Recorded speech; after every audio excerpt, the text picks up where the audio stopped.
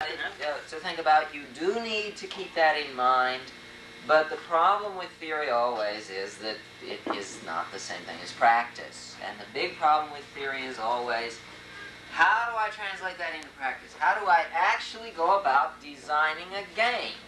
All of this talk about art and process intensity and interactivity and anticipation and so forth, that garbage doesn't really help you design games. It is too distant, too removed from reality. So what I want to talk about today are the specifics of game design. I'm still going to be working back at a rather rarefied level, but I want to try to get a little closer to the actual game design process today. So, the most important thing we're looking for, what we're really talking about here, is creativity. This glorious act of inventing new and wonderful things. The problem is, where do you get creativity? And the very first thing we have to admit is creativity is magic. There is no way that I or anybody can give you a checklist or a cookbook or an algorithm or any guidelines to say, here's how to be creative. There are a bunch of hype artists or liars who purport to teach you how to be creative. You know, books, how to increase your creativity power in 5 easy steps.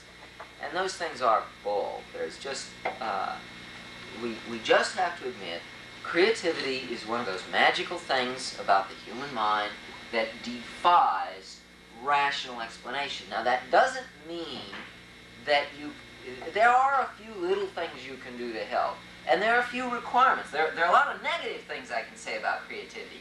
Guess what? You can't be creative if you don't try. You can't be creative if you don't know what you're talking about. You know, there are a lot of real simple, dumb, negative rules. I'm going to try to talk about some of that stuff. I'm going to try to, I'll give you what little I do know about studies of the creative process. So, and then I'll talk about it as it applies to games.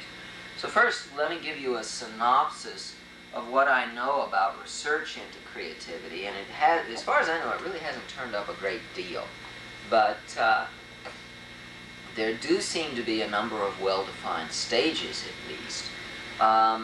First broad stage in creativity, and by the way, the creativity I'm talking about is not game design creativity, it's scientific creativity. That's where they've done most of the research, because there you at least have historical precedent. Many times, famous scientists, mathematicians, whatever, technical people, after they've come up with a brainstorm or something, they write about it, because it's such an important psychological event, emotional event to them, that they want to try to convey what it was like. And so a number of people have gone back and studied these writings and tried to see the common traits in them. And roughly what they found is a series of stages. The first stage is a process of familiarization, where the person just tackles the problem and says, look, what's the territory? And he goes in and he works on it. He tries to figure out just the parameters of the problem. What are the limits? What do I know about the problem? What don't I know about it? He tries to define it, just gets familiar with it. The second stage you might call hand-to-hand combat. The person then really starts struggling with the problem. The important thing here is that the creator at this stage doesn't actually make any real progress. He just struggles a lot. The important thing is this emotional, why? What is the solution? What am I going to do? And lots of pacing and drawing things on blackboards or scribbling notes. Just a lot of sweat, toil, energy. The real significance of this appears to be the emotional commitment. The person is driving the problem deep into his subconscious. Somehow there's this, it's more a matter of just steeping yourself in the problem and sticking with it. And this appears to be, one of the major factors appears to be, how much emotional stamina do you have?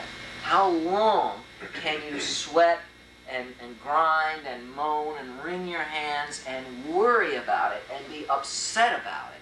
how long can you keep up the emotional pressure on yourself? How long can you keep yourself in a pressure cooker over the problem? Because the longer you keep it in, apparently, the deeper you drive it into yourself. What happens at this point, the next stage, there are all sorts of variations. Sometimes the person just gives up. I can't do it. There is no solution. This is impossible. Gives up, goes for a vacation. Or something else happens. For some reason, there's always a termination to the process of squeezing it inside. For some reason, many times it's outside of the person's control, the person just walks away from the problem and thinks that he has failed frequently. And then there's this period, 6 months, 3 days, whatever, some latency period where apparently the problem is being solved very, very deep inside. And then the next step is, all of a sudden, poof, it just pops out. Voltaire was describing a very difficult problem he'd been working on. And he said he had simply given up on it. He had concluded that it was beyond his capability to solve this problem. And he went to Normandy, I think, to visit somebody. And he said, I was stepping off the stagecoach, and suddenly it hit me. I knew the answer. And this was a problem he'd given up on 3 weeks earlier. And, and he immediately rushed, he abandoned his friend and rushed off to a room to start writing. And in one furious hour, he sketched out all the details of a very, very complicated solution to his problem. So, anyway, so the basic process is squeeze it in deep, then apparently you have to let it sit for a while, and then it just comes out when it's ready. I will give you one example of this process, the way it happened to me, on how the sea-boot idea came about. For me, it was just an odd convergence of different factors.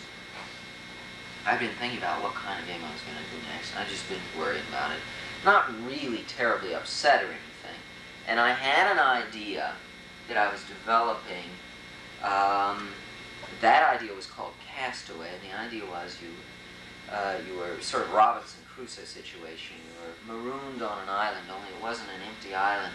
There was a tribe of people there, and you were going to learn to speak their language and talk to them in their language. And then you get into this soap opera situation with this tribe, and there's the chief's beautiful daughter, and then there's the proud warrior here who's the suitor for the daughter, and gee, maybe you're going to move in on the daughter, and there's the wise old fisherman, basic soap opera type stuff.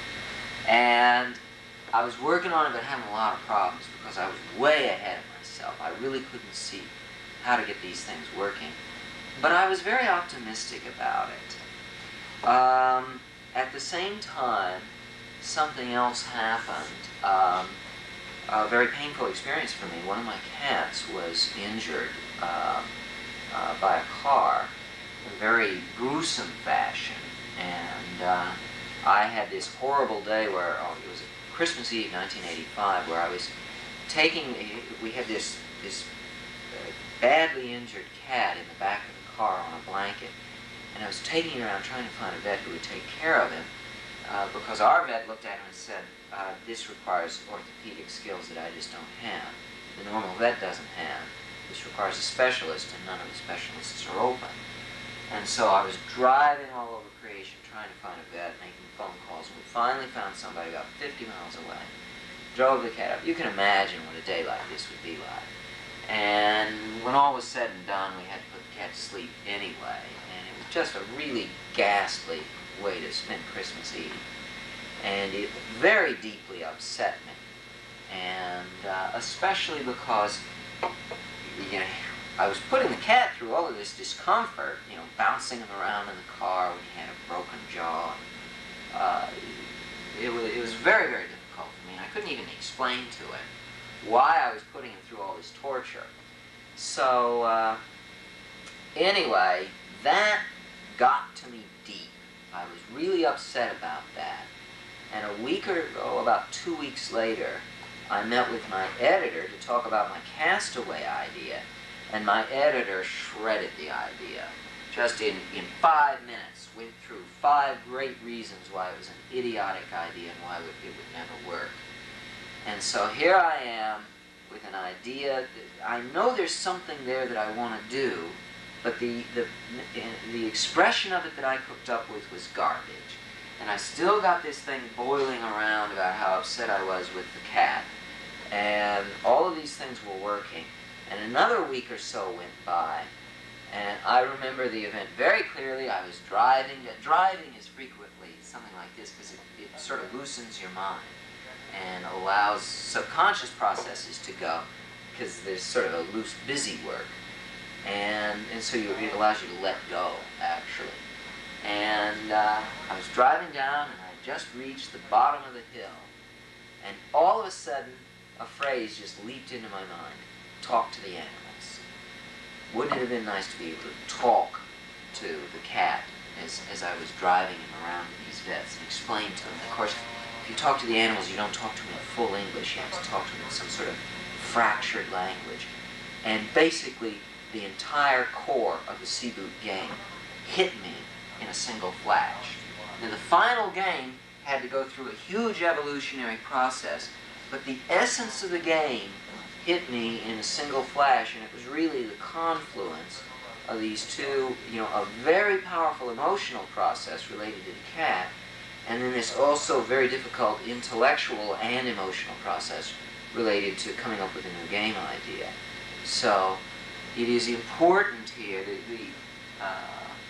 the point I will emphasize is the emotional, the need to drive the problem down deep if you're going to tap into those powerful creative forces deep inside. Let me talk about some of the requisites necessary for good game design. Just some of the basic things you're going to need under your belt in order to do good creativity in game design. First thing I very definitely want to emphasize: games literacy. I feel that too few of the people designing games now are truly literate in game design. And by that I mean they have played a lot of games. One of the things that really struck me, about 3 years ago, I made my own personal list of the greatest game designers in the world. And then I called up those people and talked with them. And one of the things that struck me, every single one of them had said, well, I started off as an avid game player. And boy, I used to play all sorts of games. And I started in high school, and ever since, playing games was my main hobby, and I have a library of several hundred games. And all these people started with board games. But there were different flavors. But the impressive thing was the Catholic nature of their tastes. They, oh yeah, I played D&D, and yeah, I played SPI games, and yeah, I used to play diplomacy. Yeah, I like chess too, and just, they played a lot of games in their time. A good game designer, I believe, has to be literate, has to know what all the games are. Many of the things that I see that are wrong about game designs coming from beginners is that it is obvious that they haven't seen very many games. Because all too frequently what people will do is they have such a narrow background. All they do is they take their little narrow background and they do it one better. This is most obvious in D&D. You'll see these kids who just love D&D. They plunge into D&D. They play lots and lots and lots of D&D and nothing else. And then when they decide they're going to design a game, what are they going to do? Well, I'm going to do this dungeon, see? Only I'm going to have more dragons. And basically all they do is take D&D and try to do it one better. And that's a really stupid way to design games. It's incremental stuff, and in fact it's not even incremental stuff, it's designed by accretion. Let's just pile more stuff on. It's not better anyway, it's just bigger. Um, there is so much to be learned by looking at other people's work. And this is true in all art forms. Any good musician has listened to a lot of other people's music, because you learn by looking at what everybody else is doing. And not just a good jazz musician is almost always very well grounded in classical music. Good painters spend a lot of time studying old painters. Steven Spielberg and George Lucas have both spoken many times about the fact that they watch lots and lots of old movies. They are the thing Lucas especially does is that his movies are full of quotes from old movies. I mean, the one I love to think about is in the first Star Wars, when they're getting ready to go into the bar, and Obi-Wan Kenobi turns to the kid and says, "But watch your step. This place can be pretty rough." And that is just a classic quote from the old westerns of the 30s. And really, Star Wars, I'm sure you've noticed this, Star Wars is full. I mean, it's just scene after scene after scene that is just straight out of the old movies, only he did it so beautifully. It is such a perfect expression of that old stuff. Indiana Jones and the Temple of the Doom, Spielberg just had to get in a Busby Berkeley thing. He just had to, and he was trying to figure out, how am I going to do that? And he finally stuck it into the beginning of that movie. Just over and over in both of their works, you can see so many references. These guys know everything that has ever been done in movies. And if we're going to be good game designers, we've got to be just as thorough. We've got to do our homework just as much as they do. We've got to play a lot of old games. Now, normally this is easy because you've already done it, but it's also a continuing process. Every good game designer should have played plenty of arcade games, plenty of in the computer games field.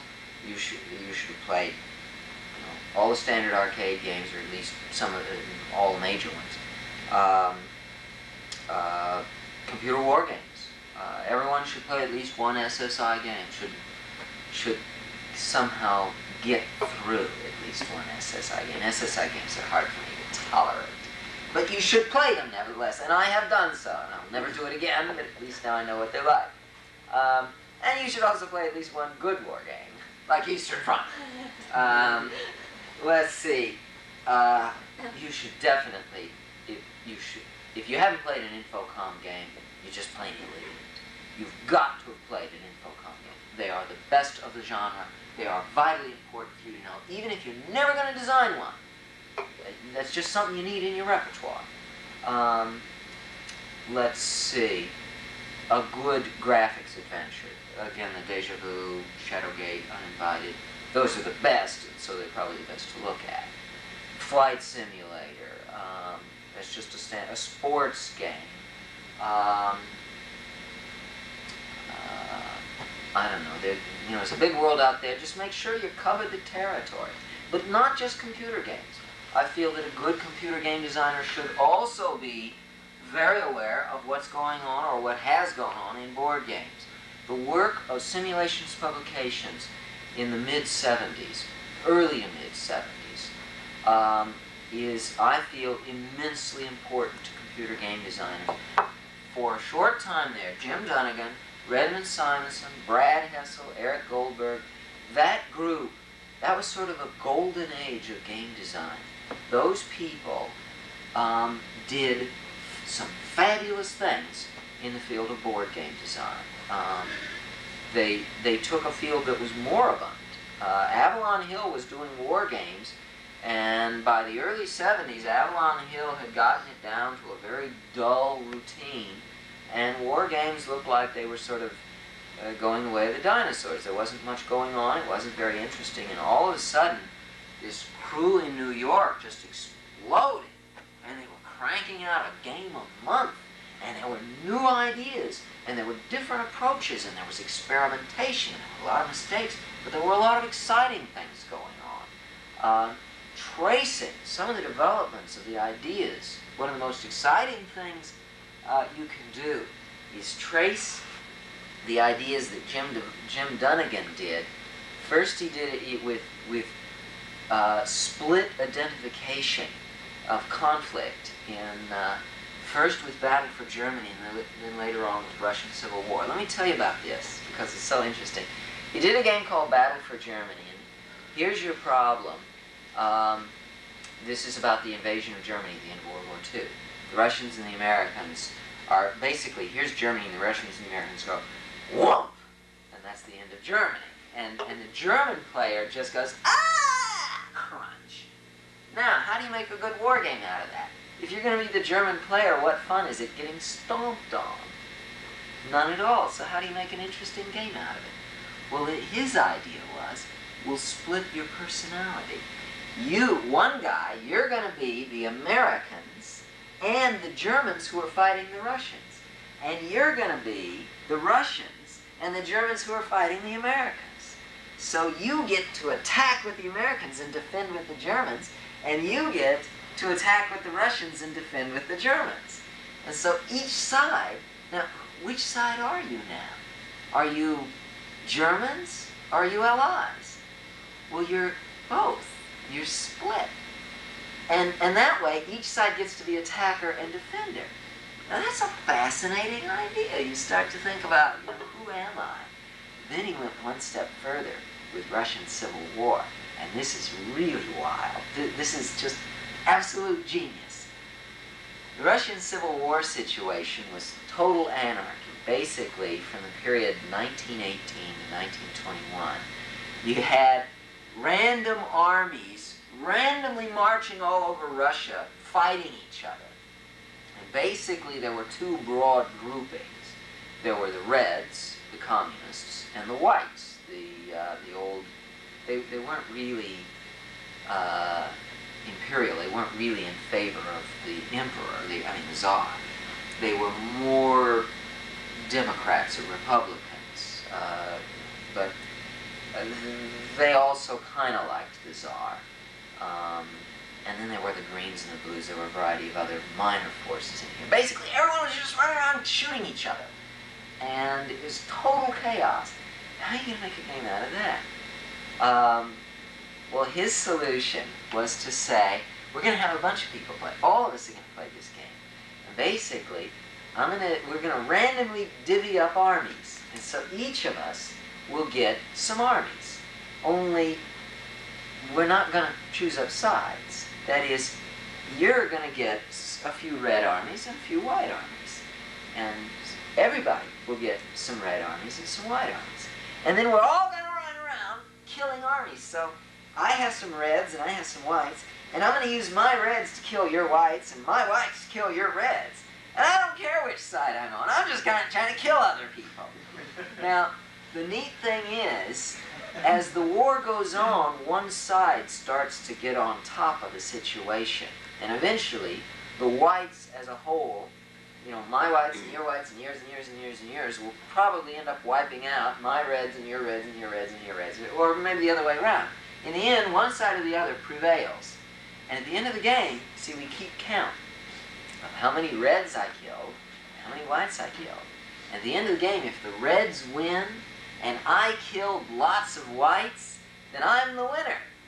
If, on the other hand, the whites win and I killed lots of whites, I lose. I chose the wrong side.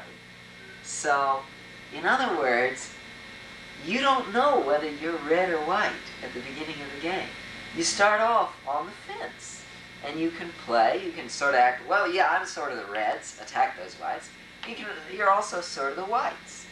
And during the course of the game, depending on your luck and who you manage to bump off, you start to commit yourself to one side or the other. And you finally decide, I've killed a lot of reds, so I sure hope the whites win. So then you start fighting hard for the whites, and you deliberately knock off your reds, hoping that the reds will lose and the whites will win. So you choose your identity during the course of the game. So, brilliant idea. And you could see it developing. Actually, there were some weaker precursors to that in some earlier games. It was very impressive watching this go on. Anyway, long digression here talking about Jim Dunnigan's work. The important point is that there's been a lot of work out there. You should definitely play Illuminati. Have any of you seen that game? Brilliant game. It's about the basic notion of conspiracies. And it's a card game that's played on a table. And you set up these, they're groups that you control. And you can set it up so that one group gets control over another group. And the basic notion of it is things like, well, the Boy Scouts of America are actually controlled by the KGB, but the KGB is controlled by interior decorators. And then they're orbiting mind control lasers. and there's money, you know, they're bankers, and there are all of these power groups, and it's a great game. It makes wonderful fun of the paranoid mentality. And it is great as you set up your conspiracies and your structures of control and so forth. Wonderful game. Very different. I mean, it opens up your eyes and you say, wow, I never thought you could do a game like this. It's just so creative, so different. Let's see. Everybody should play Dungeons and Dragons. That's just one of those fundamental things that is so intrinsic to the world of game design. It's just a game you got to play, period. If you haven't, you know, maybe you should sponsor a Friday afternoon beer bust where we're all going to sit around and play a game of D&D. That's just one of the things that everybody in game design needs to have done at some time. Unfortunately, D&D is hard to just kind of step into and step out. You got to kind of plunge into it. Let's see. Cosmic Encounter is another important board game. Very creative thing. Very interesting ideas there. Risk, Diplomacy, yeah, sure, get those in. Diplomacy is an important game too. There are a lot of these things out there. There are hundreds upon hundreds of games. You can waste a lot of time with them. One thing that would be interesting would be to just, as a group, you know, just grab games and goof around with them individually, and when somebody finds a game that's really neat, hey guys, look what I got. This is something I did with my games research group. Every week we got together at Friday afternoon and played with a different game. Sometimes we didn't actually play it. It takes a long time to get into some of these. But every Friday afternoon we did spend some time at least looking at a game, talking about it. One guy would report on it and say, well, I played it last weekend, and here's how it plays, and here's some interesting things in the ideas. So, anyway, games literacy is important. If you don't have a background, if you haven't seen a million different ideas, a million different ways of doing things, you're narrowly educated. You just can't see all the different ways that you could do one of your own games. So, literacy is a requisite in game design. Next thing, getting a large group of your own ideas. That is, okay, you develop an idea, you come up with a neat idea, that's great, you write it down, you put it in the file. You never just start off, design a game from scratch, say, here we go, A, B, C, D, and it's done, it's a great game. There are an awful lot of concepts that are stillborn. You start off with something, you say, wow, this is a great idea, I really love it, you work on it, and you get about halfway in and you realize, garbage, it stinks. You put it in the files, you don't throw it away, you save it. And eventually you build up a whole pile of these things, nifty little ideas that aren't quite games, but gee, maybe if they went into a game, they'd be good. You keep them on file, and then when you work on an idea, here you are trying to make this idea work, and you're having problems with it, and you say, golly gee, you know, I did something about 2 years ago. Pull the idea out, and you bring it in, and you say, I wonder if this would help. Put it together, not good. Well, how about this idea over here? And after you build up a large enough backlog, you really can. Game design becomes almost a mix and match thing. How many ways can you put the design together? How many good ideas do you have in the back room ready to be used? That, I think, is a requisite. Finally, taking the time and making the emotional commitment to actually think through the design. I think the impression I get, I don't really know, I get the strong impression that too many designers spend too little time actually thinking about the design, just leaning back and contemplating, meditating, cogitating.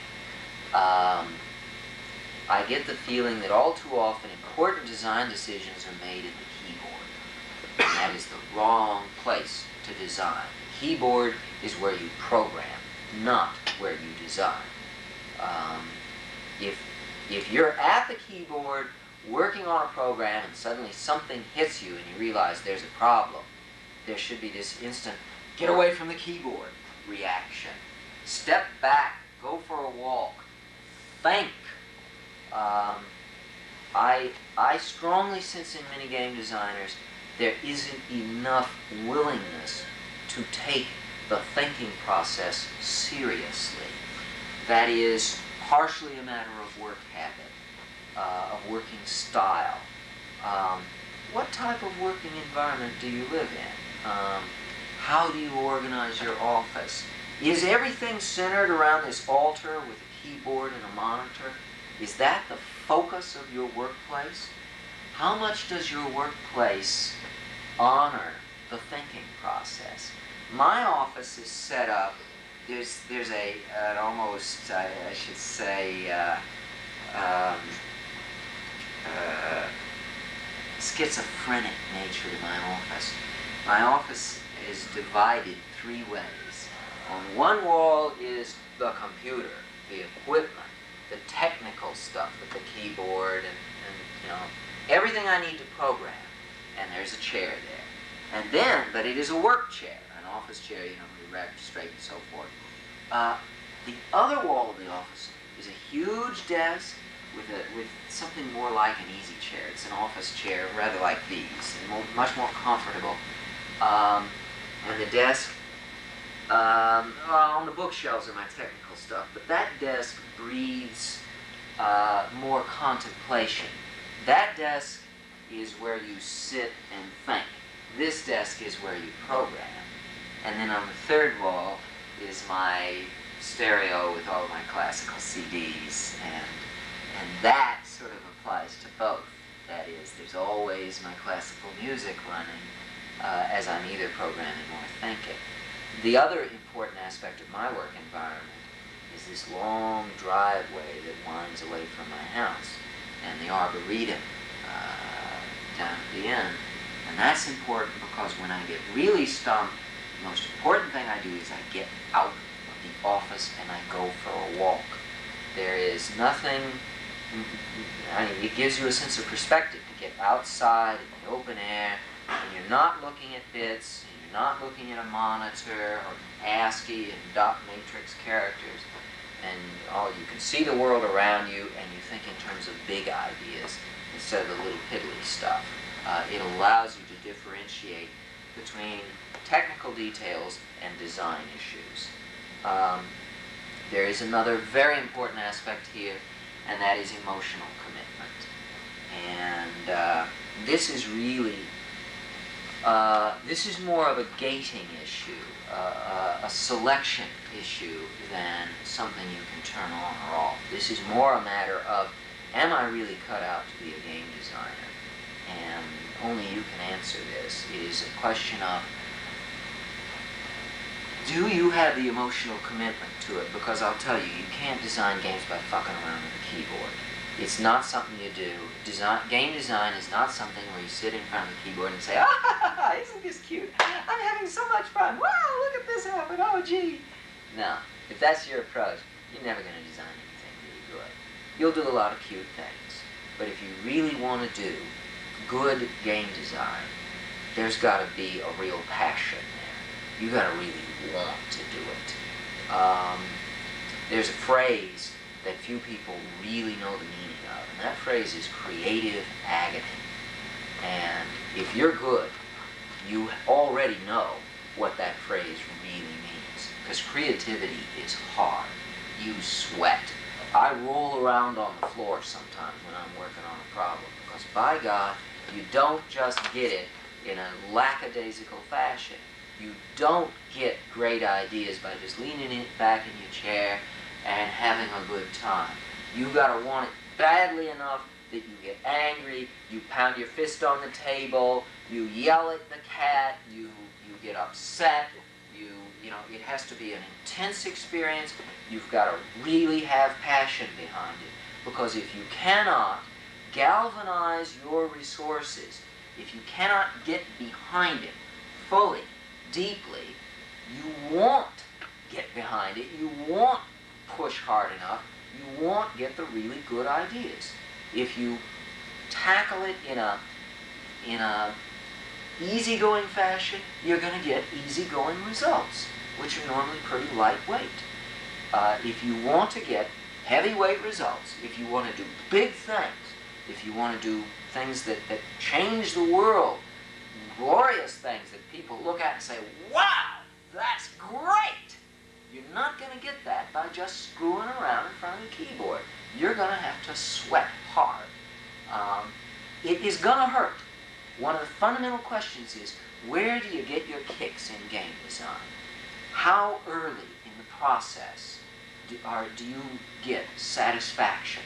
The earlier you get the satisfaction, the more ephemeral your work is. That is, if you're having your fun right there in front of the thing, instant gratification, you're working it at an ephemeral level.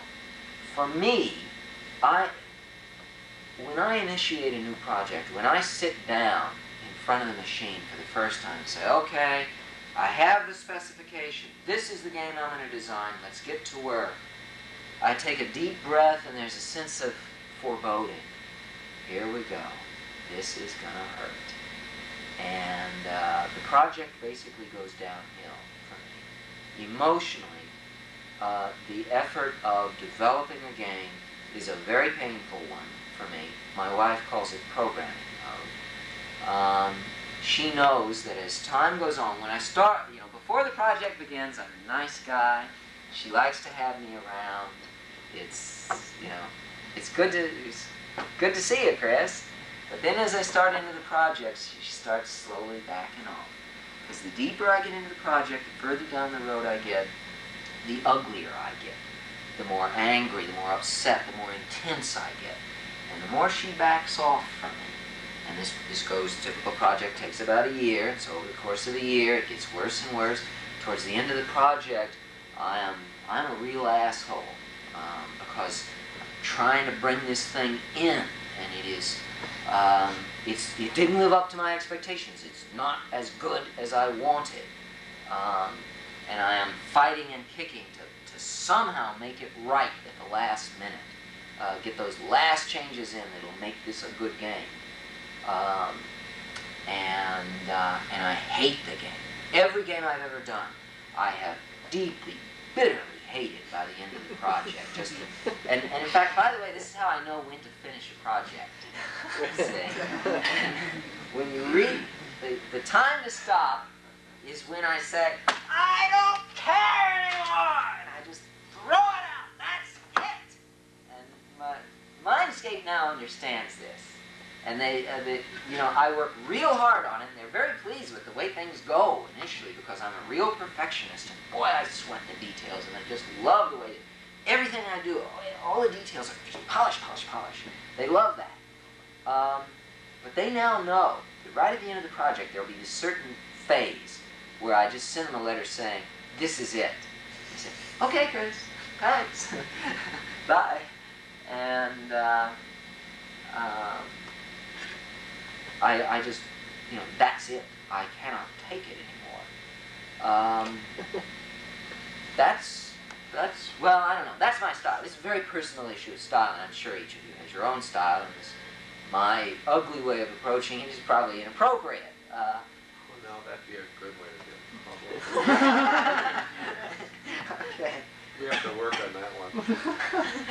Near the end of the project is when they start screwing with it. Yeah, okay. Well, they don't screw around with me towards the end of the project. We haven't gotten ugly.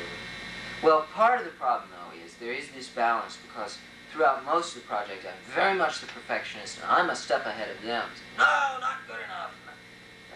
So they do respect that. I buy enough brownie points in the early stages that when I pull the prima donna act on in the end, they can respect it.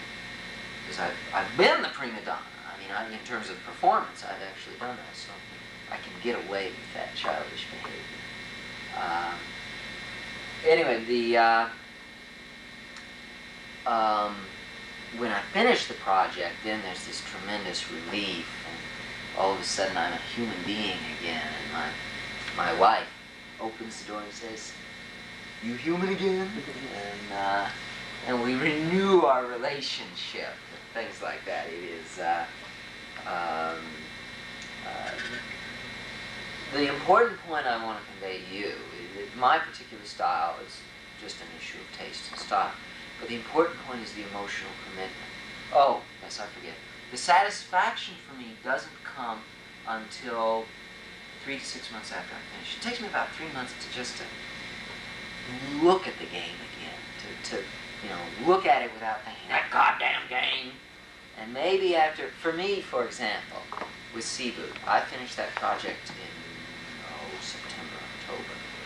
And I just didn't want to talk about it for a while. And just this week, I think it's the first week that I can actually sit back and take some satisfaction. Mac User published a glorious review. They loved it. Beautiful review.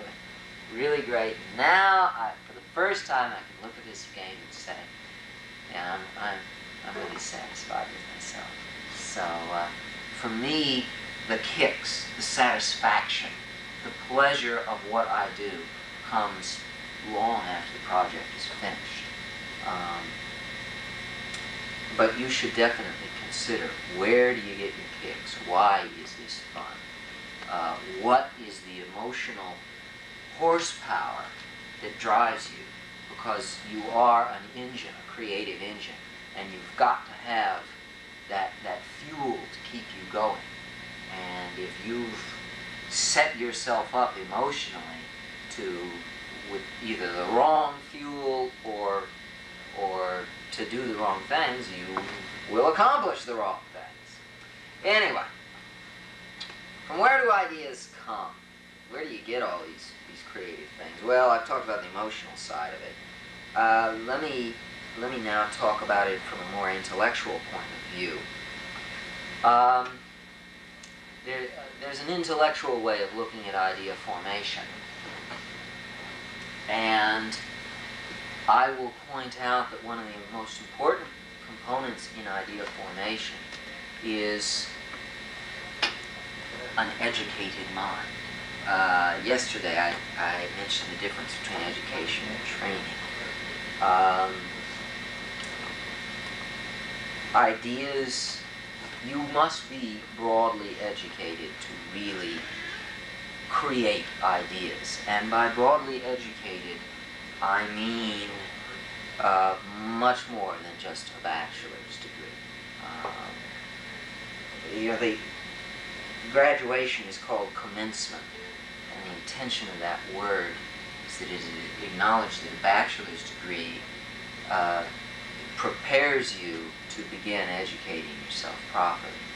And in the 20th century, it is assumed that a person will begin his education after he graduates and will continue to educate himself or herself for many decades thereafter. And so the question is just, how broadly educated are you?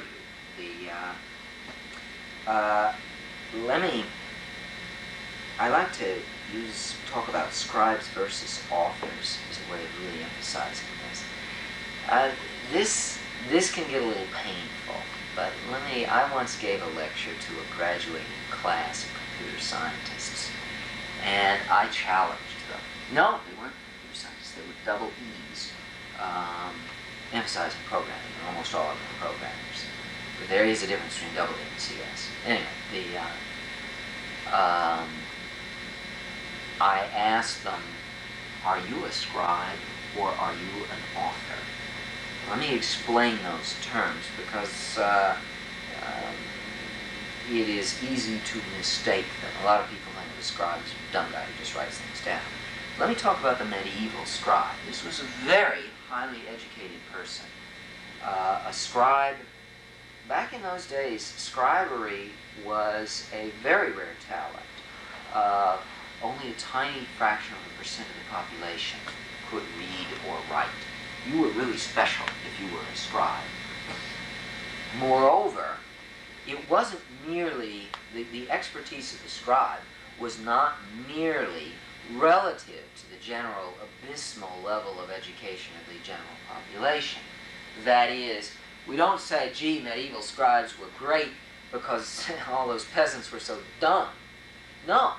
If one of those guys were to walk into this room right now and start talking about what he did for a living, my guess is he would impress everyone in this room with his expertise. Scribery in those days was a very complex field. They operated under a very complicated series of rules laid out by the scholar Beatty in the year 790, I think. Beatty invented lowercase letters, by the way. All letters, the Roman alphabet was all caps. And he realized that, this is a real crummy way to write. He's the guy who invented lowercase letters. And he invented a whole bunch of things. He invented Gothic script. This guy was great. Anyway, he laid down all these rules. He trained an entire school of people. I believe he was based in Aachen. And he trained an entire school of people in how to write well. And that concentrated heavily on things like how to form a letter properly. What we would call penmanship, only it was much more exalted than that. Sometime you ought to look at reproductions of medieval manuscripts centuries apart. And the stunning thing is, they're all the same. I mean, there's this tremendous, the standard setting was beautiful, and the way they adhered to those standards was magnificent, especially when you consider the fact that these were all done by different people, centuries apart, many of them trained in different native languages, hundreds of thousands of miles apart, and yet the work was all uniformly beautiful. And when you consider the zero defects nature of their work, these guys didn't write on cheap paper that cost 2 cents a page. They wrote on parchment. That stuff was terribly expensive in those days. I mean, we're talking, you take the leather or sheepskin, and you go through this complicated process of washing and beating and stretching and so forth, and you finally get out of one sheet, you get about this much parchment, and then you have to cut it, and there's a lot of waste. I mean, this is a difficult process here. And, one sheet of parchment, you screw up, you don't use whiteout. I mean, you screw up, and it's just bad news. So you make no mistakes. And you look at these manuscripts and how everything is laid out perfectly. The amount of planning that went into it, the way many of them are fully justified. Spacing.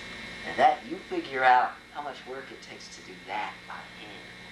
That's impressive stuff. These guys were very, very good. So let's not denigrate the scribe. This was a highly talented individual, highly trained. He really knew his stuff. Moreover, penmanship was not his only talent. This guy also had to read and write in his native language and in Latin. And so, and he was also expected to be able to translate Latin to Greek to native, back and forth. Some of them even could handle Arabic. So these were real sharp people, but they were scribes. There's a fundamental difference here between a scribe and an author. The difference is that the scribes moved ideas around. They didn't create any ideas at all. They took Plato in Greek and they transcribed him into Latin. They didn't change his ideas at all, or at least they weren't supposed to. They weren't supposed to have any ideas of their own. They were translators. They were penmans, they were scribes. They moved ideas around. Now, compare this to the work of an author. Let's take Mark Twain. First, let me point out, have you ever seen any Mark Twain's manuscripts? He's terrible. And just scribbles. It was very, I have tried to read some of Mark Twain's handwriting, and it is very difficult to read. The reason why was he didn't give a shit. He just wanted to get the ideas down on paper, damn it. And I don't care how neat it is or how good it looks. All I need is for it to be readable by the publisher. I don't even need it readable by the public. Just the publisher. That's all I need. So you compare Mark Twain to a scribe. He comes out looking pretty dumb in that area. It's sloppy work. Sloven is really the term for his penmanship. Scratch out, scribbles. You can tell there are places where he changed his mind. He didn't plan it out properly. And, whole area is scratched out. He starts over and does something over again. Pretty crappy work. Compared to a scribe, Mark Twain was a real turkey. But there's a gigantic difference. Mark Twain didn't care about those technical details. Mark Twain worked in the area of ideas. He lived in the world of ideas. That's the fundamental difference between a scribe and an author. A scribe measures himself by his technical expertise. An author measures himself by his ideas. A scribe lives in a world of technical absolutes. This works or it doesn't. This is good scribery, this is bad scribery. I made a mistake or I didn't. The manuscript is flawless or it isn't. The manuscript meets Beattie's rules or it doesn't. The author lives in the world of ideas. He worries about what's going on in his head.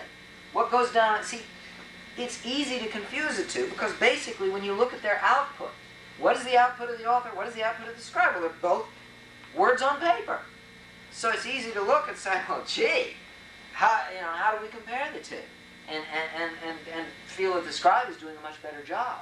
Or to look at the author's work and measure it by the value of its scribery. And that's fundamentally wrong because the real measure of the author is what's going on in his head, is the ideas that he puts down on paper. Now, significance of this to you lies in the way you view yourself. Do you view yourself as a scribe or do you view yourself as an author? There is lots of challenge to being a scribe. You could spend your entire life mastering programming techniques, becoming a better and better engineer. It's a huge world. There's a lot of challenge. It takes a lot of intelligence to be a good engineer/scribe. And I don't want you to think of that word in denigratory terms. That is, gee, I'm only a scribe. There is much for a good engineer to be proud of. There is much intellectual achievement. But if you would be an author, you must make a fundamental transformation in outlook. And that is that you must live in the world of ideas. That must be the most important thing to you. You must take the Mark Twain view of your programming that I don't care how good the programming is so long as it works. I don't care if it's the fastest code or the most compact code or if it's elegant or whatever. All I care about is, are the ideas good and does the code express the ideas? That's the only thing that matters. An author doesn't have enough patience to screw around with getting those technical details right. An author, that is a secondary consideration. The primary consideration with the author is this world of ideas. I can give you some criteria. Perhaps I can present you the challenge in another way. If you want to ask yourself, am I at heart an author or am I a scribe? I'll just ask some rhetorical questions and you can ask yourself these questions.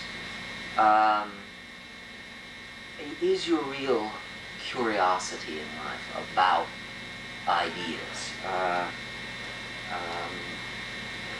Why did the Anglo-Saxon shield wall break at the Battle of Hastings? What's a gene pool?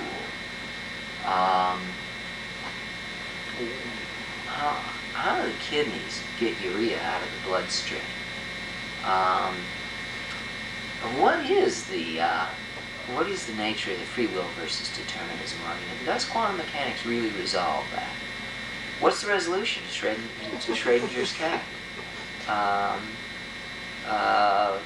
What is the real meaning of the second law of thermodynamics and its connection with the flow of time? Was Goethe's poetry really that good? Good enough that you ought to learn German to read it?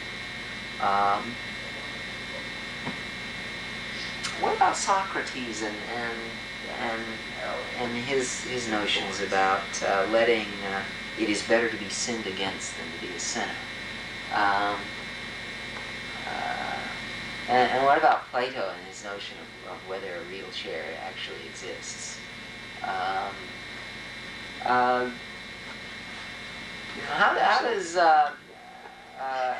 does teachings of Christ compare with those of the Buddha? How can you match some of the Chinese Taoist philosophy with modern physics, the Tao of physics? Economics, biochemistry, genetics, psychology. It's a gigantic universe of ideas out there. And fundamental question is, do those ideas tantalize you? What's your library at home look like? Is it all a bunch of science fiction books? Or do you have an eclectic collection of books about the world? These are fundamental questions to ask. The nice thing is, none of you are so old that you are locked in. I'm 37 years old. I'm starting to get a little hardening of the intellectual arteries. You may well, you have enough flexibility, you may well decide, this looks nice. In fact, let me point out, nobody starts off as an author in his early 20s. That doesn't happen, at least not good ones. Most people grow into that. That's one of these second career type things. That is, you spend your 20s screwing around, finding out who you are, and what you're going to do in life. And only in your 30s do you commit yourself to say, this is what I'm going to be. And an awful lot of very good writers and such sort of make that transition in their 30s. So you still got that decision in front of you. So, or most of you do, I suppose. Anyway, but I would strongly urge you, spend some time thinking about that, asking yourself who you are. Am I a scribe or am I an author? And again, I emphasize, if you decide, by God, I'm going to be the best goddamn scribe in the business, I would not think any less of you.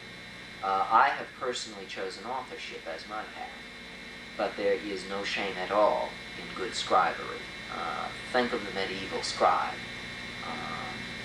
I definitely don't want to present this in a prejudicial format. Our society holds an author to be better than a scribe. That's because our society does not appreciate a scribe. But at least make the choice consciously. Anyway. You can't be both? No, because they live in different worlds. They value themselves by different measures. You can't, there is a spectrum now. That is, there are degrees of idea creation brought into some scribery. So there is some mixing.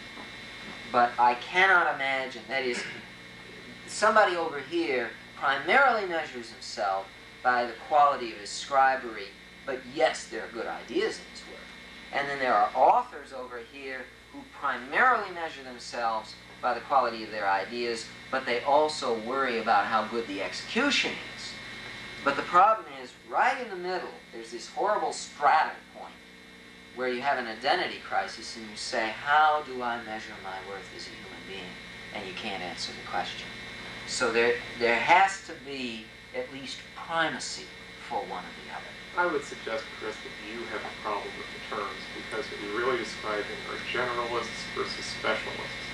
And you're just as bad in defining author and scribe as the people who say that Andrew Wyeth is not an artist and he's an illustrator.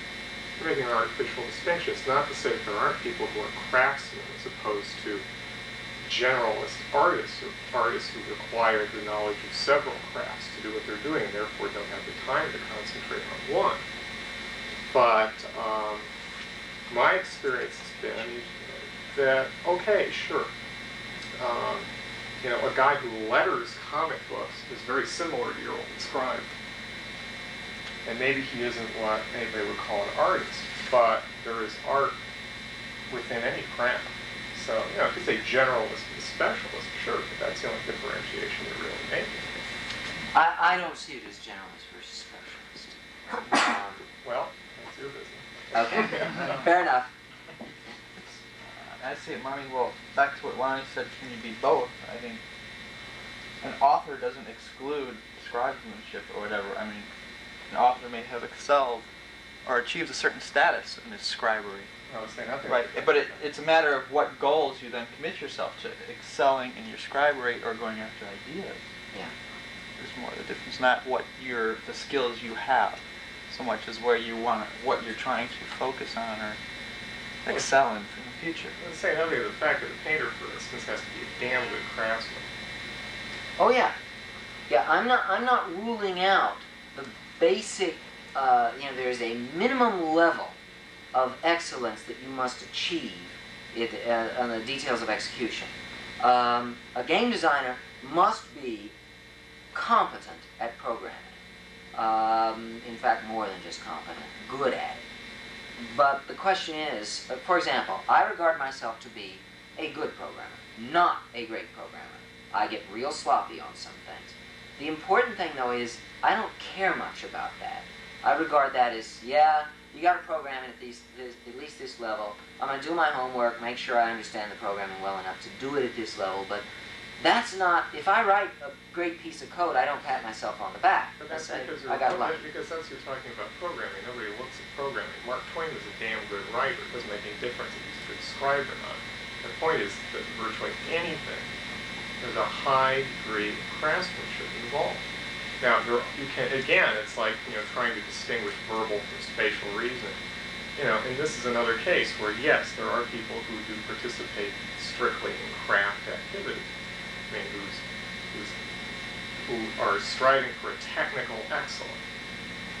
But anybody who is going to call themselves an artist, you know, or an author has to have a degree of technical expertise in some field.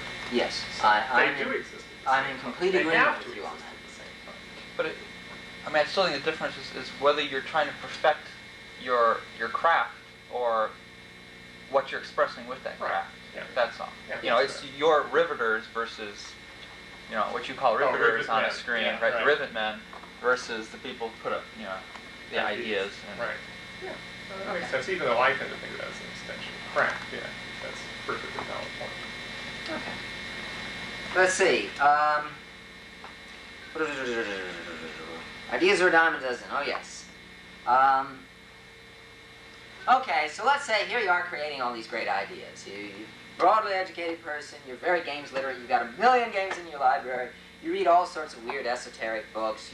You talk about Freud with your wife, so forth. Okay, great. Now what? You're going to get all of these ideas, right? Well, here's an very important point. Don't place too much stock in any single idea. Quite frequently, I'm approached by somebody who says, gee, Chris, I got this great idea for this game. And my immediate reaction, which I never give voice to, is, well, hooray for you. You have an idea. Whoop-dee-doo. Now, I never say that, but my feeling is there are thousands, millions of ideas out there. Anybody worth his salt should have his pockets bulging with ideas. There should any good game designer should have hundreds of good ideas.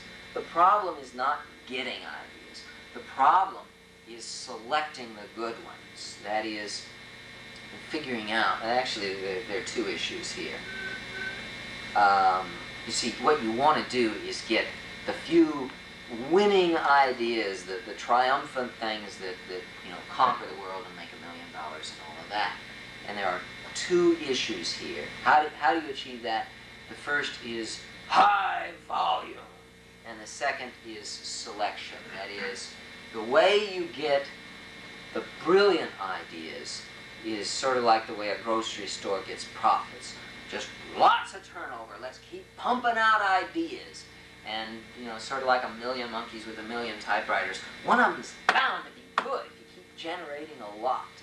I really don't believe in the notion of, if you are a pure enough, good enough thinker, you will come up with one idea and it will be brilliant.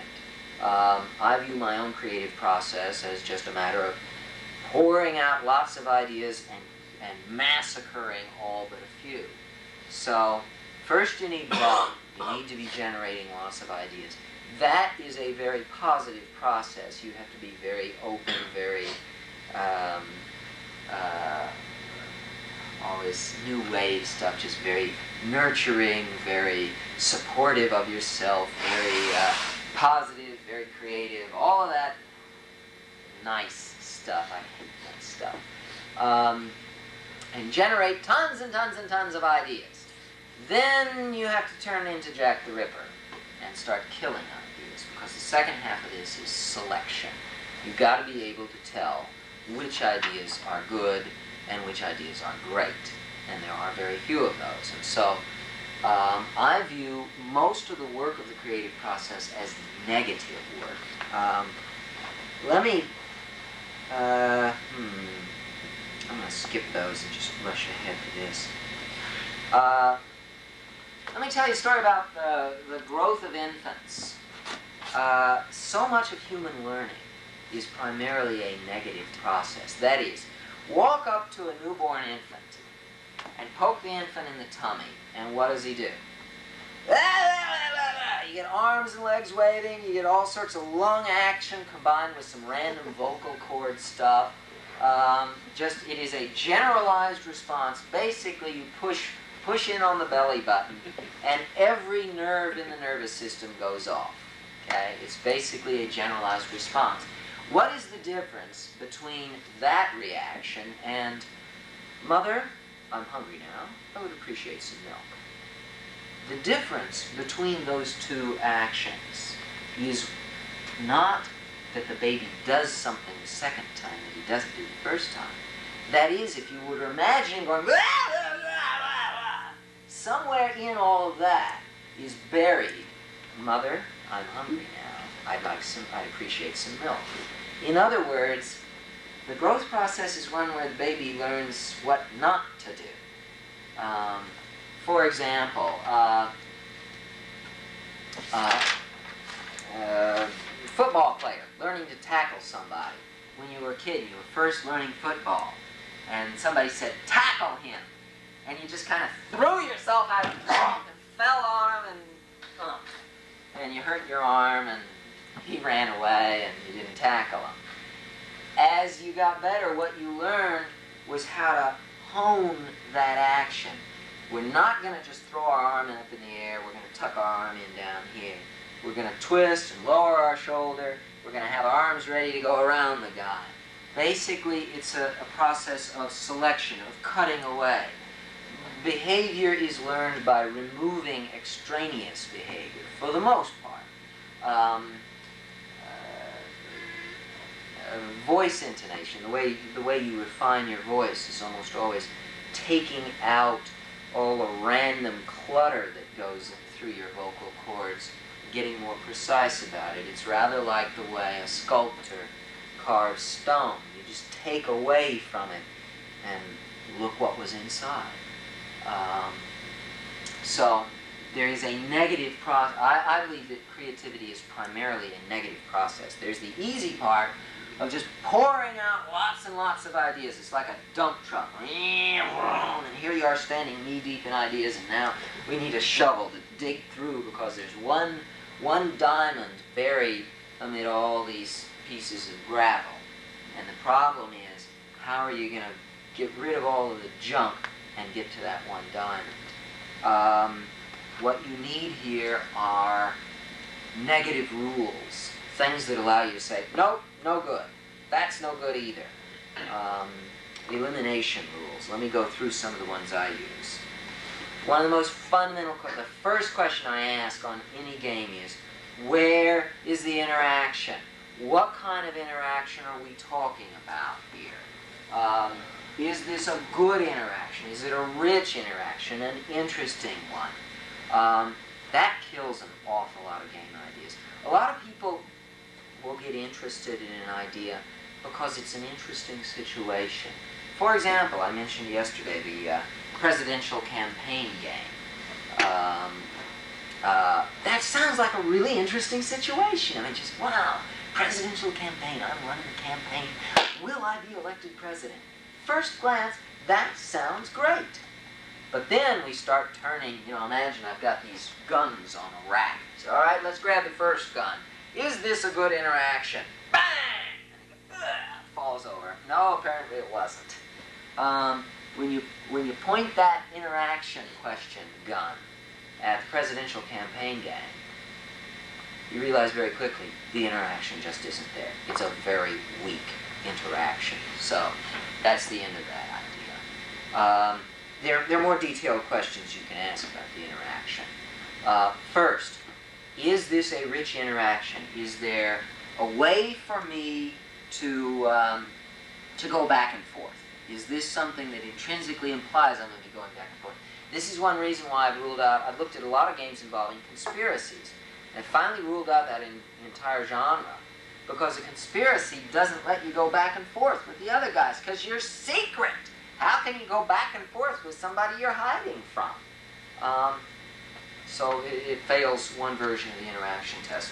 Another question about interaction is there somebody at the other end to interact with? For example, you could play a game of the aerodynamics problem in a flight simulator. Is air an interesting opponent? Well, no, air's kind of dumb. So there's nobody on the other side. Well, actually, air can do some very interesting things when you put a wing with curvature that makes lift and tilt and so forth. Actually, air can start doing some very interesting things in a situation like that. So maybe there's some opportunity for interaction there. But if your opponent, or whomever you're interacting with, is dull and boring, you're not going to get good interaction out of it. A related question is it possible for me to interact? Can I express my interaction in this game situation? This was the thing that killed Castaway, the game where you're castaway on the remote island. It sounds great. The first few tests, what's the nature of the interaction? Well, I'm going to be having these deep interpersonal interactions with all these people. It sounds great. And are the people I'm interacting with interesting? Boy, yeah. A whole bunch of human beings with different feelings, soap opera type situations. That's great, yeah. And then the third question, the killer one, that I didn't see that clearly and my editor jumped all over me for, was, am I going to be able to express my interaction? What am I actually going to be able to say to these people? And, well, gee, I don't know. I don't know how I'm going to do that. I had a few thoughts, and I tried to develop them about, natural language expressed in text. Eek, that's kind of boring. So I ended up abandoning the idea. So, do you have a good vehicle for interaction? Let's see, another good question is the system that supports the interaction a good one? Is it an interesting situation? Are we talking about running a potato chip factory? That's probably not very interesting. Are we talking about, the dynamics of a geopolitical conflict? Now that's an interesting situation. Let's see, I'll skip ahead. Is there conflict? That's important. you can get a lot of interesting situations where there's no conflict. If the conflict isn't there, or if the conflict is weak, you're not going to get a good game. Is the conflict direct or indirect? And are you having conflict with the right person? Geez, I had a design like that, I can't recall it right now. Where there was intense conflict, but the conflict wasn't with the person you were interacting with. It was sort of this weird triangular situation. And the conflict was between you and this person, but you didn't interact with them. And the interaction was with that person, you didn't have any conflict with them. No good. So, that's a good, oh yes. Is the situation process intensive? Is this a situation where there's going to be a lot of crunching? Is there something for the computer to do here? You could do, a card game. You could do bridge on a computer. You could. How much crunching is the computer doing? Well, maybe a decent amount of bridge. You could also do craps. And how much programming is there? How much crunching is there for it to figure out, well, let me pick a random number between 1 and 6 and do that twice, one for each die. Whoop-de-doo, not very process intensive here. So, actually, it's process intensive, but it's just very little process. So apply the process intensity criterion. Try to get a rough idea of the operations per datum. And as we agreed yesterday, or as we seemed to converge yesterday, this is input data from the user. The user says this much, how much are we crunching what he says? Apply that criterion. Ask yourself questions against whom the player is struggling with. Is the player struggling against an active agent, such as a person,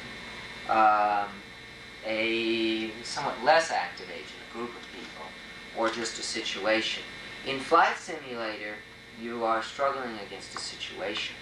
You're just you're fighting against the air.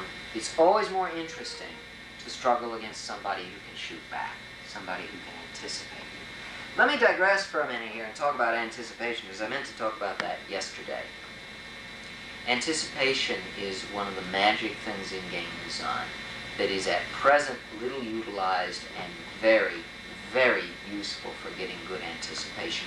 It helps get us out of the free will versus determinism, or that is the determinism versus arbitrariness dilemma that we have in so many games. Are you going to make the game random, or are you going to make the game so determined you can just compute your way to victory? One way to get around that is with anticipation. That is, if what I do, if the success of that depends on what you do, then I have to anticipate what you're going to do. Of course, you're in the same boat, and you're going to anticipate what I'm going to do. Well then, gee, if I can figure what you think I'm going to do, then I'll know what you're going to do. Of course, you know that. And so, if you can figure what I'm going to figure, you're going to do. And if I think I know what you think I know, I'm going to think you know you do. How many times does this go? This goes out to infinity. And the thing is, after about 3 plies, you don't know what the hell is going on here. Now, the trick here is you use biased anticipation. Let me give you the best example of this. It's very easy to work out. By the way, anticipation works best with non-commutative combat relationships. See, a combat relationship exists in almost any game. That is, there's basically, even if it isn't a violent game, there's basically something I'm going to do to you that'll make something happen that I want. And I say in very general terms, that's combat. So I'm going to give you money and you're going to give me the thing I want. So a purchase becomes combat. I did something to you and I got what I wanted. Most real combat relationships are commutative. That is, commutativity, if A is greater than B and B is greater than C, then A is greater than C, and it just generally will apply to any type of operation. Most combat relationships are commutative. If my club is bigger than your club, and your club is bigger than his club, then my club is a lot bigger than yours. So in other words, if I can beat you and you can beat him, then I can beat you. What this means is when we get into a combat relationship, we just say, you know, which side has the bigger battalions? And if I know that your side has the bigger battalions, I don't think I'll fight today. And so there's not that much anticipation. You just know, I'm going to kick his butt. And it's not very interesting, not much opportunity for anticipation. Non-commutative combat relationships are where it gets interesting. They are best exemplified by the rock, scissors, paper relationship. Rock beats scissors, scissors beat paper, paper beats rock. So it's not commutative at all. And so if you and I are playing rock, scissors, paper, and basically the way for me to win is to guess what you're going to do. If I know you're going to play scissors, then I'm going to play my rock. Now the problem here is that rock, scissors, paper isn't interesting because it's arbitrary. Because you can choose freely between the three. But let me just give you a variation on the rock, scissors, paper game. What if we had a game? You know, it would be great if you bought one more type of cookie and we could have done this with cookies. Okay. Let's say, well, I still better use rock, scissors, paper. Let's say we had a, I don't want to get my hands all Can we give a rock, scissors, let's say that we have a game where you've got some rocks, some scissors, and some paper. You might have 5 of one, 6 of the other, and 2 of the third. And I've got some rocks and sticks and scissors and paper. And we're going to play by the standard rock, scissors, paper rules, only we keep hidden how many we have of each one. Now, if you think about it for a second, or let's say it isn't hidden. Let's say I can see what you've got. Now, let's say you're sitting here, you got 8 rocks, 1 scissors, and 1 paper. You're going to play your rock. I mean, consider this. If you use either your scissors or your paper, and I win, you have 0 of that type, and I've got a lock on victory. Because once you're completely out of paper, I can play rock with impunity. You can never touch me when I play my rock. So you dare not have 0. So if you've only got 1, you probably won't use it. So I know you're going to use your rock. So I'm going to play my paper. But wait a minute. What, of course, you can think, that's what he's going to do. I'll fool him. I'll use my scissors and paper. But there's a big argument against doing that. So I'm pretty sure you're going to use your rock. But let's look at my situation.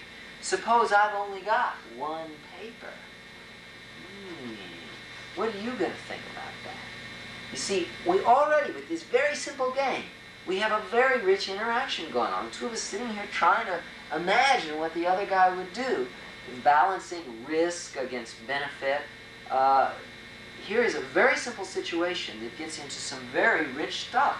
And the neat thing is, it's not chess. You can't calculate the best move. In the end, what it really boils down to is my assessment of you. Are you the type who will take a risk and play that scissors, to play your scissors or paper? Or are you the safe type? Are you kind of scared and I think I'll just play it safe and even up my balance right now? Ultimately, it's a hunch. And that it's intuition. And that's what people like to play. Remember, that's our intuition, our feeling, our ability to play hunches. That's one of the things we measure ourselves by. So a non-commutative combat relationship, properly designed, can get us into that intuitive world of gameplay that's very much more satisfying and gets us out of the old determinism versus arbitrariness dilemma. And there are a lot of ways that you can take non-commutative relationships into combat. There are endless variations there. I did one with Cebu, rather like what I've just described for you. You can do it where you mix. For example, one of the game designs I have right now has armies that fight. And there's infantry, cavalry, and artillery. Guess what those mean? And the idea is when we go to battle, I'm going to throw some of each into the battle. And then my infantry will chew up your artillery, my artillery will chew up your cavalry, and my cavalry will chew up your infantry. And it's rock, scissors, paper on group level. So, I mean, there's a lot of room here. You can do a million things with non-commutativity, and it's a lot more interesting than commutative combat relationships.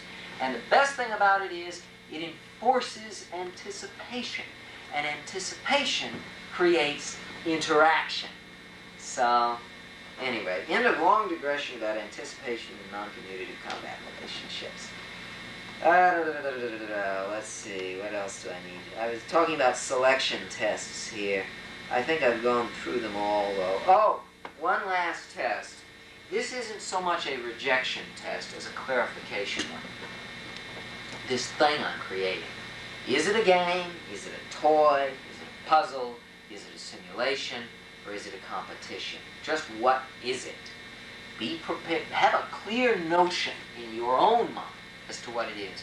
Now, even if you come back with the answer, it's not a game, it's a toy, that doesn't rule it out. Toys can be very entertaining. There are a lot of toys out there that are selling very well. They're called games. There are a hell of a lot of puzzles out there that people are selling and making a lot of money on. Just make sure that you know. Maybe the rest of the world doesn't know whether it's a game or a puzzle. Make sure you know. Because if you decide this is going to be a puzzle, then that changes the nature of the design process. Then you want to say, let's make sure it's a good puzzle. And you will design it differently. Just make sure you have a clear notion in your own mind of just what the hell you're designing. So ask that question. Okay. So you generated 5,000 ideas. You threw away 4,999 of them. And now you've got your one big idea. What are you going to do with it? Well, let's see. I wonder if I should talk about examples. Yeah, let me, we got plenty of time. Let me develop some examples. Oh, no, I got to go back a little bit and give you two very important negative rules. Do not start with a topic. That is the wrong way to design a game, and it is done all too often. What is a topic? Somebody comes in and says, we want you to do a Three Stooges game. That's a topic, not a game. Okay? Did we design a topic? Oh no. The problem is, now, for various economic reasons, you may have somebody come and impose a topic on you. Fine. You know, that's the backwards ass way the world is, okay? Okay, let's design a game now that somehow fits this topic. That is always screwed up, though, because the topic isn't a game. The essence of the game is the interaction. That is, you don't design something, you know, like a car from the outside in. You got to design from the inside out. You got to get the structure in place first. Then you tack the cosmetics onto it after you got the skeleton in place. The topic, I don't want to say the topic is cosmetic. The topic is a second level consideration. The first level consideration is, what's the interaction? What is the player going to be doing in the game that's fun? You can't say, he's going to be doing Three Stooges. You don't do that. Three Stooges are a topic. Now, the way you tackle something like Three Stooges is, you look at it and you say, what do Three Stooges do?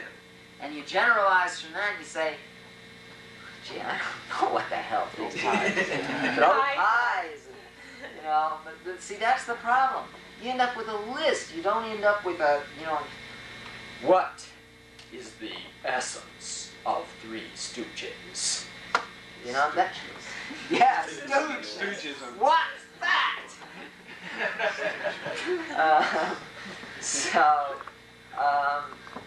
The conclusion I'm coming to here is that with the Three Stooges project, you were faced with not an impossible task, but that deck was stacked against you here.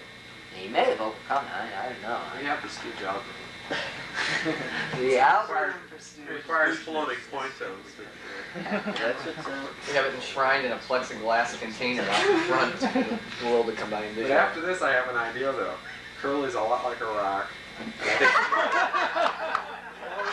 think it makes Larry paper. It's not too late. It's not out of the box. Oh, slash Curly.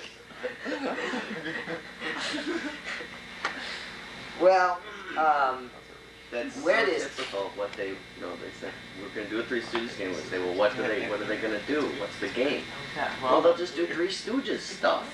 yeah, They'll they'll throw move it. prize and No go one's on to board. hospitals and yeah, it's a list.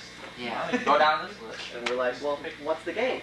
Well, we just told you. That's a game. technical No, detail. To earn money, but, they But do is like it wrong to breastfeeding. have a topic as your seed and then say, okay, well, I have a topic, but I won't even accept it as an idea until I am able to come up with the essence of the topic?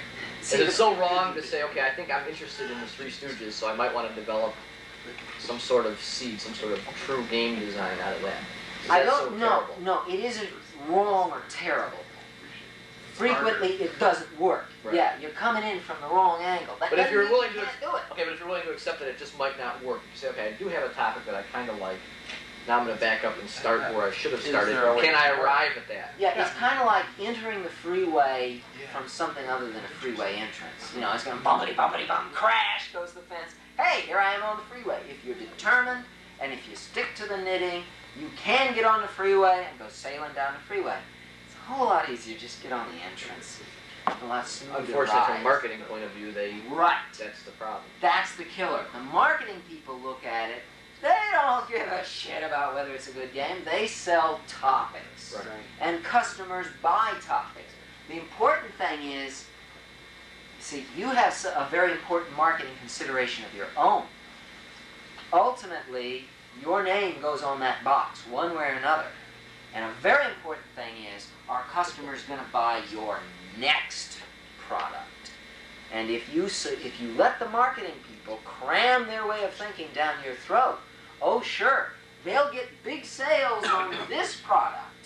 And the next time around, when you do, project number 2, and it has your name on it, it bombs because your name is on it, because you didn't protect your name. You let the marketing people push, the title and the topic, and you didn't hold up your end, and you're the one who pays for it in the end, not the marketing people, because they get the credit for the big sales, and you take the fall for the failure of the second one. So this is just one of those things. You've got to protect your interests. You've got to ensure that the game is good. And I can't give you any hard and fast rule. How do you horse trade with somebody who does have a damn good case? I mean, Three Stooges is a good marketing concept, and they will sell. But you've got to hold up your end. It's got to be a good game too. Otherwise, your name is not. My name has a hell of a lot of market value. If anybody else had tried to do Trust and Betrayal and done a better job than I did, that game would still not have stood a chance. Because A, no major publisher would have touched it. B, even if they had, they wouldn't have spent the money on it that Mindscape is spending. They wouldn't have tried to advertise it. They wouldn't have tried to push it into the distributors. The distributors wouldn't look at it. The customers wouldn't look at it. But because this has the magic words Chris Crawford on it, Mindscape was willing to lay out a fat advance for the thing. They were willing to make a big deal at the show, make posters for the thing, set up a special thing just for Trust and Betrayal, fly me in to stand there and smile and say dumb things to customers. Let's see, they spring for an advertising budget for the game, put PR energy into it.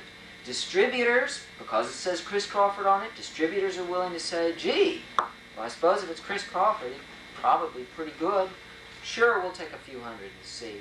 It's a crucial break. And because it says Chris Crawford on it, retailers are willing to say, okay, yeah, I'll take a couple in just to see. And because it says Chris Crawford and a customer picks it up and says, I don't know. Well, it's a Chris Crawford game. I'll give it a whirl. Boy, you don't know how important but that is. but That's they better had liked. I mean, they better like it because if not, right. that magic wears Right. off. If I cheat them, if I abuse my customers with a bad game, then the next time I'm in trouble. So, and even if I do good work, they'll look at it and say, ah, Chris Crawford, I remember him. He got me with Trust in the Trail. Not again. Protect your name. That is one of my most important rules. Don't let them ruin your name. And the only way you can do that is to make sure that what you're delivering to the customer is a good product, regardless of what the nincompoops in marketing think. Pretty strong wording there. Anyway. Pretty accurate. Yeah, we use much stronger words. Okay. Well, the important thing is the marketing people are right in what they do. See, they are thinking one product at a time. They don't care about tomorrow's product. They care about today's product. They want this product to sell. And in pursuing that assiduously, they do neglect factors that are important to you. So I shouldn't call them nincompoops. They are doing their job very well. You must realize, though, that their interests and your interests are not the same. So, anyway, why was I talking about name value here? I wanted to give examples. Well, let me talk about... You're on topics. Oh, You're on topics. That's right. So, you can't really start with a topic. You've got to start with the interaction. What's the core of the game? What does the player do that's fun? Why is it interesting? Why is it fun? Why is it challenging? That's the very first question you have to ask. From that will flow the topic. You can, in fact, the idea is once you get a good idea of what the game is about, where the interaction is, then you can stop and say, let's pick a topic that fits this. Now I can give you a good example. Remember I told you about that VisiLi thing yesterday, this really neat inference engine, it's visual, that lets you see how true and false statements interact and contradict and so forth. That's a neat idea. And I can imagine a player interacting with that. That's the very core of a game. There's a neat interaction going on there as you're forming hypotheses, rejecting hypotheses, exploring them, performing experiments, and so forth. Okay, there's an interaction. Now, let's drape a topic over that. What type of topic would support that? Well, I looked at 3 different topics for it. The first topic was, I've already told you this, I'll just rush through it. The first topic was KGB versus CIA, espionage. There's a topic that has a lot of lies and truth and hypotheses in it. The next one I looked at was terrorists. Expose the terrorist ring. Once again, lots of lies and truth and so forth. The third one was jewel thieves. Who's got the jewel? Again, same story. Lies and truth going on. So the topic gets draped on, and the problem is, what kind of match do we have between the topic and the core? Can I find a topic that really brings out the best things in the core of the game?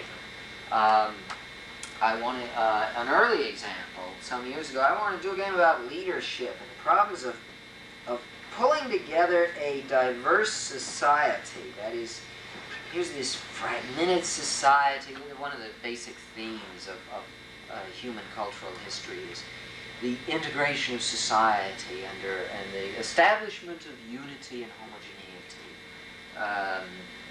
Cohesion and disintegration is one of the main cycles of human history. All sorts of myths associated with this, and they're always personified in the great leader who conquers and unites us all. Very important theme in human history, and I wanted a game about this theme. I spent a lot of time thinking about it. Then I needed a topic, and I looked at 3. The first one I looked at was post-Holocaust.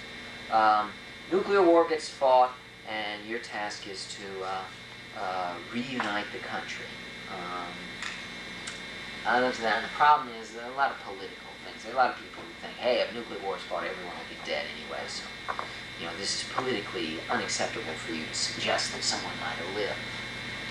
Because if you suggest that, people might just say, oh, big deal, push the button. Okay, we won't do post-Holocaust. Then what I looked at was post-collapse of the Roman Empire. The Roman Empire collapsed, civilization died, and then there was this long process of pulling it back together again. Charlemagne very nearly pulled it off. That guy nearly reunited society, nearly started the Renaissance 500 years early. Didn't quite make it. Had the bad luck to have 3 sons. Should have killed 2. Tough break for civilization. We had 500 years of dark Frederick ages. Murray wouldn't have done that. Yeah, right.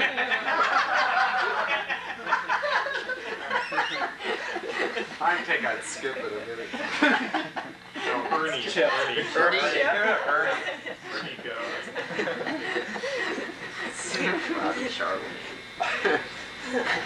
Anyway, but I looked at that and I thought that was interesting, but it was a little too obscure. What I came up with was King Arthur. Like the collapse of Roman civilization in Britain. The Celts, the Anglo-Saxons were invading the eastern shore of Britain, slowly driving the Celts out, and they formed these legends of this great general. There was a guy, actually, he was a general, not a king, who beat the Anglo-Saxons at the Battle of Mount Badon in 463.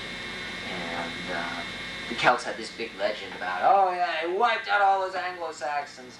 One version of the legends, he conquered Rome.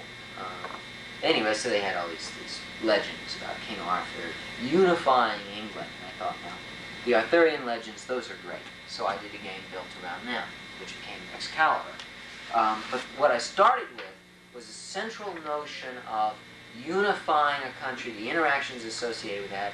I either conquer people or I intimidate them, but somehow I'm going to take all these disparate forces and bring them under my overlordship. And that was the central concept of the game, and then I found a topic that fit it. Let's see. The other thing that I want to emphasize, do not start with a technical trick. That is, do not design a game from some interesting technical stunt that you've discovered. Again, there are sometimes economic reasons why you have to do this, i.e. customer walks in and says, I have this technology, I want you to make a game out of it, to demo it or show it off or get it off the ground or whatever. Well, in that case, it's pretty explicit. You've got to do that.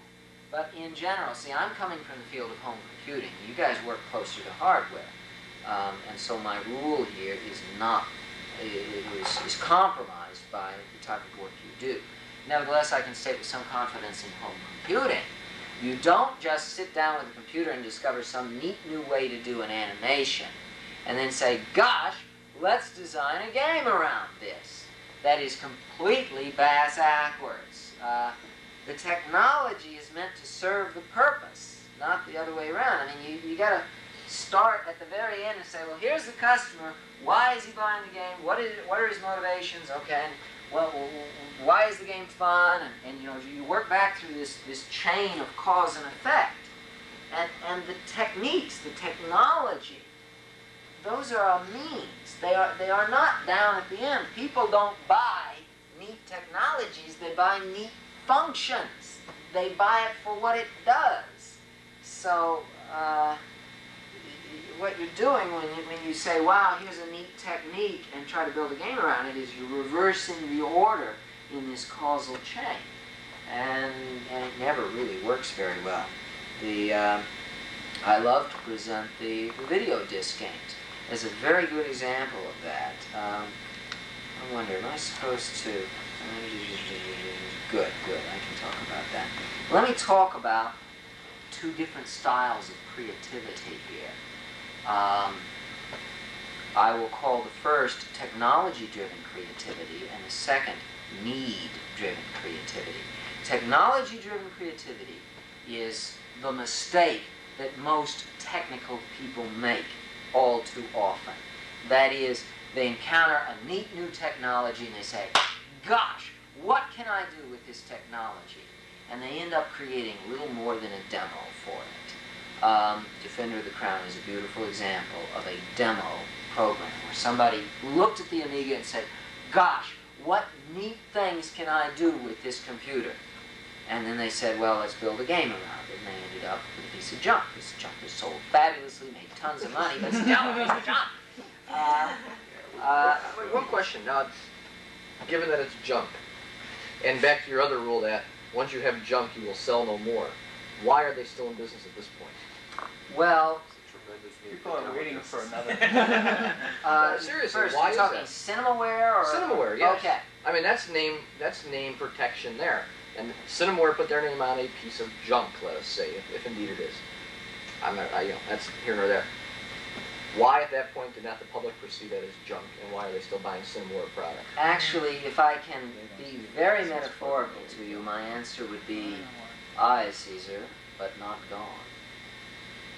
My reference, the question that answers was the fellow saying, Caesar, the Ides of March are here. Or no, it was the other way around. Caesar said to the guy, the Ides of March are here, are come. And the response was, I, Caesar, but not gone. What I'm saying is, sure, they haven't gone under yet. Economic justice frequently takes a few years to work out. So you get enough funding behind you, and you make a lot of money on something like Defender of the Crown. You can use that money to fund a lot more stuff. And the Three Stooges, for example, is not going, I can absolutely promise, it will not be a total bomb. They are going to sell product. Depending on how much of a game you guys were able to sneak in under them, it will sell more or less. I have no idea. So it's not as if, they made a lot of money on Defender and then plump down to zero. They make a lot of money on Defender and then a little less on this, a little less on this. The fad slowly decays. So these guys could drag on for a long time. Look at Infocom. I feel that the basic Infocom idea. Somebody once wrote that Vivaldi did not write 465 concerti. He wrote one concerto 465 times. Well, Infocom has not written some 30 different text adventures. They've written Zork 30 times over again. And the problem is, when you keep giving people the same product, after a while they keep saying, this is Zork. And after about 30th time, they decide, I'm getting a little tired of playing Zork. And Infocom is in a decay mode. Their sales have steadily decayed away. I'll point out, Infocom was one of the most commercially successful publishers in '84 and '85 when everybody else was dying. That looks very good, but Infocom has continued to decay over the years. So you had to ask questions. There is money to be made here. I mean, Infocom, managed properly, made a net profit. If they get out of the business right now, they can say, we're ahead. We won. We came out with more money than we put in. But, the question is, how do you follow that act? What do you do tomorrow? Well, first, I want to get back to the Cinemaware thing, but Infocom is making some recent attempts on anything beyond Zork with redoing their whole interaction and adding some graphics. Yes. But that's not what Well, they're part of Activision. Yeah, so they're trying to they obviously see that decay. Yeah, but is that window dressing on top of the same exact game? Just a new Yeah, way to interact? they're really Clean well, up interface? that's- Or is we'll it- find out. We'll have to Wait and wait. see. We'll have to wait. Yeah. Yeah, to play. But Cinemaware, I think, a good indication of why people are still buying Cinemaware. Look at all the reviews that you've probably ever read about Defender of the Crown. In the last paragraph where they summarize it, this has got great graphics. It's got, it looks dazzling. It's a little weak in gameplay. They always say, but this is their first effort. We can't wait to see what else they can do in the future. And so people are waiting to see if they are going to improve this problem. And when they don't, that's when it will fall apart, I think. Or they might people jump say- on to the next thing. It's like That's right. They can always jump to the next. Well, a It's lot of like- people, like we said, they could do this. They can do like a triangle It way. depends on what like the we said strategy yesterday. you want to have. Really. Like we said yesterday, though, a lot of people wanted demo discs for the Amiga, so they Yes. wanted Defender of the Crown. They didn't want a game. Yes. But that doesn't Question. attribute. But that doesn't attribute why the No, 64 Amiga the 64 sales of the Defender of the Crown are selling. Because it's a lot better name, game. but- It's better. They improved Also, it. there's a crossover thing. That is, reputation on one machine transfers to another. They hear that it's a great game on the Amiga, and they figure, well, let's try it on the 64 then. We saw that with Jealousy. Balance Power. But there's still a lot of that just in the Amiga mentality. I mean, you show them Pearl Weaver baseball is my main example. Someone says, "Oh, the graphics aren't very good." But if you these people never looked at the content behind there. If you look at the process intensity, if you want to call it whatever, just how well they simulate a baseball game, and but so many people just shoved it aside because they saw the screen and graphics didn't impress me. It wasn't offended. Well, how are the sales of Pearl Weaver books? I think they're probably pretty good. I don't know. I don't know. I mean, it's certainly critically acclaimed as a smash hit. I don't know what the sales figures are. It's the game to beat now. I mean, Epic's, when I talk to them, in developing a baseball game, that's their target. They want to do that same thing on the 64. Can't be too bad. Develop another topic. Yeah. Baseball The game. Epic's way. Can you copy this? This is a successful game. Epics doesn't even go after a topic, they go after an existing Yeah. game. Can you make that for me? Change it, make it blue. We don't want to get sued, but Just copy the Yeah. Because we have great distribution. If we only have that product. Well, we're at halfway point in time. How about if we just take a break now, because I suspect let's just take a 10-minute break now.